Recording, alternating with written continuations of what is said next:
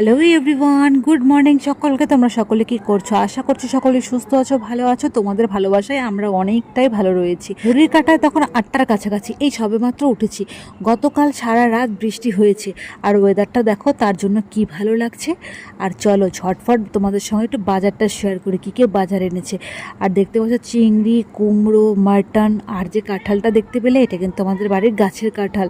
আর তোমরা তো জানোই গতকাল রাতে আমার মা পিঠে পায়েস করেছিল, সেটাই আমার কর্তা এখানে বসে খাচ্ছিল। আর এখানে চলছিল দুপুরে রান্নাবান্নার আয়োজন। পূজা কাটছিল, বাদামি আলু 2 টুকরো করে কাটছিল, ওটা ভাজি হবে।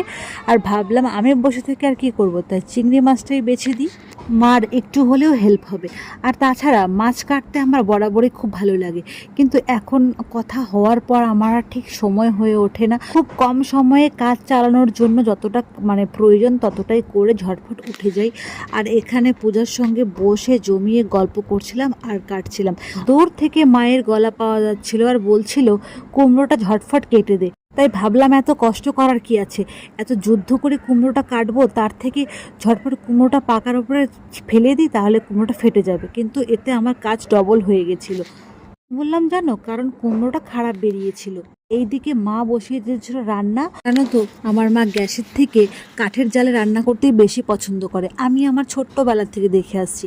আর এইদিকে দেখো অনেকটা বেলা গড়িয়ে গেছিলো, তাই ঝটফট বসে গেছি খেতে। তখন মাটনটা হয়নি, তার আগেই বসে গেছি খেতে। আর সন্ধ্যাবেলায় অনেক কিছু স্ন্যাক্সে ছিল, যেমন লঙ্কার পকোড়া, পেঁয়াজ পকোড়া, কুমড়ো পকোড়া, রসুনের পকোড়া। আর আগামীকাল ভোরে তো আমার কর্তা চলে যাবে, তাই কর্তার আমার ভীষণ মন খারাপ, কারণ মেয়েকে তো রেখে যেতে হচ্ছে। কারণ মেয়েকে ছাড়া ও এক মুহূর্ত কোনো কিছুই ভাবতে পারে না। জানো তো, কর্তাকে 2-1 দিন রেখেও দিতাম, কিন্তু কি করে রাখবো, আগামীকাল তো ওরও ভোট রয়েছে।